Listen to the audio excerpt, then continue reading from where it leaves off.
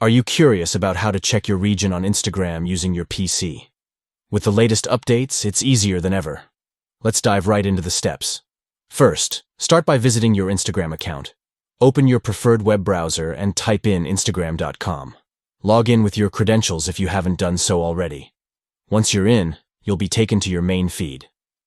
Next, locate your profile picture at the bottom right corner of the screen. Clicking on this will redirect you to your profile page.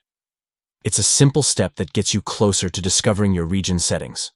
Now that you're on your profile page, take a look at the center of the page where your bio is displayed. Your bio is not just a space to share a little about yourself. It also gives insight into your account's region settings.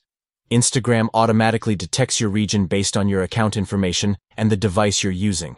This means that if you're looking to confirm or verify your region, your bio will provide hints about your location preferences and the content you might encounter based on your area.